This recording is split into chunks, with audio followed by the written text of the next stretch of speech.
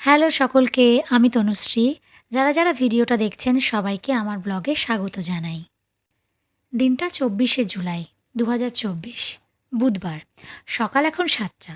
আমরা ৩ জন চলেছি আমাদের বাড়ি থেকে ১৭০ কিলোমিটার দূরে বাংলার শেষ স্বাধীন নবাব সিরাজউদ্দৌলা শহর মুর্শিদাবাদে। ইতিহাসের ছাত্রী হিসেবে আমার খুব খারাপ লাগতো যখন কেউ বলতো হাজারদুয়ারি গেছি কিনা। না, আমার হাজারদুয়ারি যাওয়া হয়নি। আমার বাড়ি থেকে কিন্তু খুব একটা বেশি দূরে নয়, কিন্তু তবুও কখনোই যাওয়া হয়নি। তন্ময়কে প্রায় কর্মসূত্রে যেতে হয়। অনেকবার ওর সঙ্গে যাব ভেবেছি, কিন্তু যাওয়া হয়ে ওঠেনি। এবার সুযোগ পেয়েছি, ব্যাস আর হাতছাড়া করা যায়? আমাদের বাড়ি থেকে মুর্শিদাবাদ পৌঁছোতে প্রায় ৫ ঘন্টা তো লাগবেই। তো মাঝখানে আমরা যেহেতু খুব সকালে বেরিয়েছি, ব্রেকফাস্ট করিনি, তাই ব্রেকফাস্ট করার জন্য আমরা দাঁড়িয়েছি কৃষ্ণনগরের খুব প্রিয় একটা রেস্টুরেন্ট মাদারসাটে। এই রেস্টুরেন্টটা পুরোটাই মহিলা পরিচালিত এবং খুব খুব সুন্দর একটা রেস্টুরেন্ট। যেহেতু আমাদের বাড়ি থেকে অনেকটা পথ তন্ময়কে একা ড্রাইভ করতে হবে, সেহেতু আমাদের ব্রেকফাস্ট হয়ে যাবে আর একটু ব্রেকও হয়ে যাবে। এই যে ওখানকার মেনু, এখানে না রিজনেবল প্রাইসে খুব সুন্দর সুন্দর খাবার পাওয়া যায়।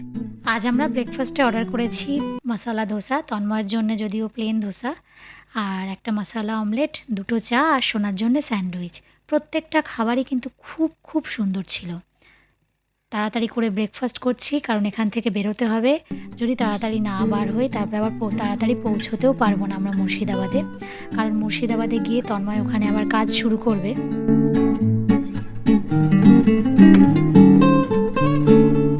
সকাল থেকে আজকে বৃষ্টি বৃষ্টি হবে করছিল, কিন্তু বৃষ্টির দেখা আমরা পাইনি। পুরো মধ্যমগ্রাম থেকে কৃষ্ণনগর পর্যন্ত আমরা বৃষ্টি পাইনি। যেই নদিয়া জেলা ক্রস করে মুর্শিদাবাদ জেলায় ঢুকেছি, ব্যাস প্রচুর প্রচুর বৃষ্টি পেয়েছি। রাস্তাটা খুব সুন্দর, পুরো বাড়ি থেকে এখন কল্যাণী হাইওয়ে এক্সপ্রেস হয়ে গেছে, এত সুন্দর রাস্তা। আর কিছুক্ষণের মধ্যেই পৌঁছে যাব আমরা মুর্শিদাবাদ। এই যে আমরা বহরমপুর ঢুকে গেছি।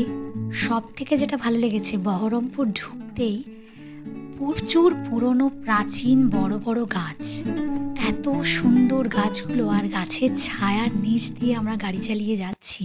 পুরনো শহর তার পরিচিতি দিচ্ছে এই গাছগুলোর মধ্যে দিয়ে, কারণ গাছগুলোর বয়স অনেক অনেক বছর হবে। পশ্চিমবঙ্গের প্রত্যেকটা মফস্বল শহরের কিন্তু আলাদা রূপ, গন্ধ আর সৌন্দর্য বৈশিষ্ট্য আছে, তাই না? যেমন কৃষ্ণনগর, মালদা, মুর্শিদাবাদ, ওদিকে বীরভূম, তারপর মেদিনীপুর, প্রত্যেকটা শহরের কিন্তু আলাদা আলাদা গন্ধ আছে।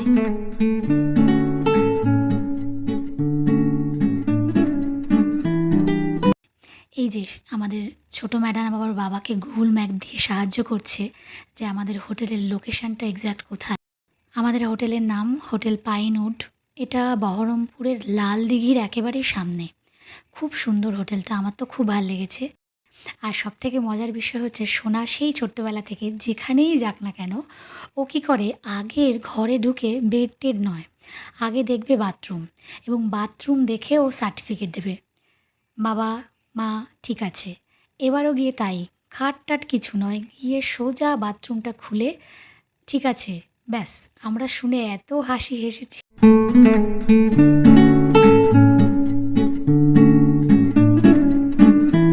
এই যে এই সেই বাথরুম, এটা দেখেই ও সার্টিফিকেট দিয়েছে। আর রুমের যা যা মোটামুটি থাকার দরকার প্রয়োজনীয় সবই আছে। আর সবথেকে বড় যেটা, সেটা ভীষণ পরিষ্কার পরিচ্ছন্ন। হোটেলে পৌঁছে তন্ময় স্নান সেরে সোজা বেরিয়ে গেছে ওর কাজের উদ্দেশ্যে। আমি আর সোনা কী করব, আমিও আর সোনা রেডি হয়ে বেরিয়ে গেছি। কোথায় যাব? ও হোটেলের রিসেপশনেই জেনে নিলাম যে আশেপাশে মার্কেট কী আছে। তখন ওনারা বললেন আপনারা খাগড়া মার্কেটে ঘুরে আসতে পারেন। খাগড়া মার্কেটে খাগড়ার কাঁসা ভীষণ বিখ্যাত। আমরা খাগড়া মার্কেটের বেশ কিছু দোকানে কাঁসার জিনিসপত্র দেখলাম, খুব সুন্দর সুন্দর জিনিস পাওয়া যায়। তার মধ্যে বেশ কয়েকটা জিনিস কিনেছিও। ওখান থেকে আমাকে বললেন দাঁড়াও মামনি, তোমাকে একটা খুব সুন্দর জিনিস দেখাই কাঁসার। সেটা হচ্ছে কাঁসার কাপ প্লেট। খুব সুন্দর দেখতে কাঁসার কাপ প্লেটটা, দুটো মিলিয়ে 1000 টাকা দাম। খাগড়া মার্কেটে ঘুরতে ঘুরতে 3টে বেজে গেছে। তন্ময় ফোন করে ডাকলো, কী গো খাবে না, খিদে পায়নি?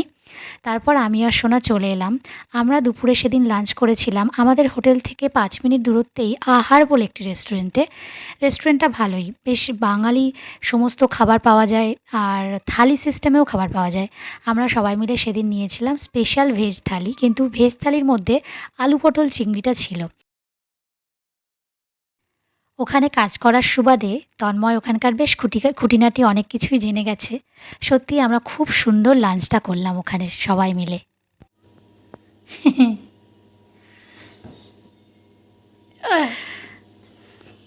আমরা এখন হোটেলে বসে কি করছি, মা আর মেয়ে মিলে মেনু দেখছি কিছু খাওয়া যায় কিনা।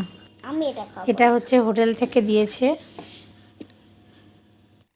দুপুরবেলা লাঞ্চ সেরে দুজনে মিলে একটু রেস্ট নিয়েছিলাম। নেওয়ার পর আবার সন্ধ্যা হতেই সোনা বলল, মা এখন আমরা কি করব, আমরা কি আবার ঘরেই থাকবো? কারণ তন্ময়ের কাজ শেষ হতে হতে 10টা বাজবে রাত। তো আমরা ভাবলাম না, ঘরে থাকবো না, চলো বহরমপুরে যখন এসেছি তাহলে বহরমপুরের আশেপাশটা আরেকটু ঘুরে দেখি। তারপর আমরা খোঁজ নিয়ে এলাম, বহরমপুরে একটা মল আছে মোহন মল বলে। এই যে আমরা মোহন মলে ঘোরাঘুরি করে দুজনে মিলে ক্লান্ত, একটু বসেছি। তারপর আর কি, ছোট বাচ্চাকে সঙ্গে আনলে একটা আবদার তো থেকেই যায় না, হয় একটু আইসক্রিম খাবো, না হয় কিছু। তারপর ওনাকে একটা আইসক্রিম খাওয়ানো হলো। মাথা উঁচু করে আমরা দেখলাম, দেখি তো ঢোকার সময় দেখিনি, এখন আমরা বার হওয়ার সময় দেখছি মোহন মল। খুব সুন্দর করে লেখা দেখুন। আর যেটা আমার সবথেকে ভালো লেগেছে, মোহন মলের আশেপাশটা ভীষণ জমজমাট। রাত্রি এখন প্রায় 11:15। আমরা সবাই মিলে একসঙ্গে বসে ডিনার করছি, আর আমার ভিডিওটা এখানে শেষ করছি।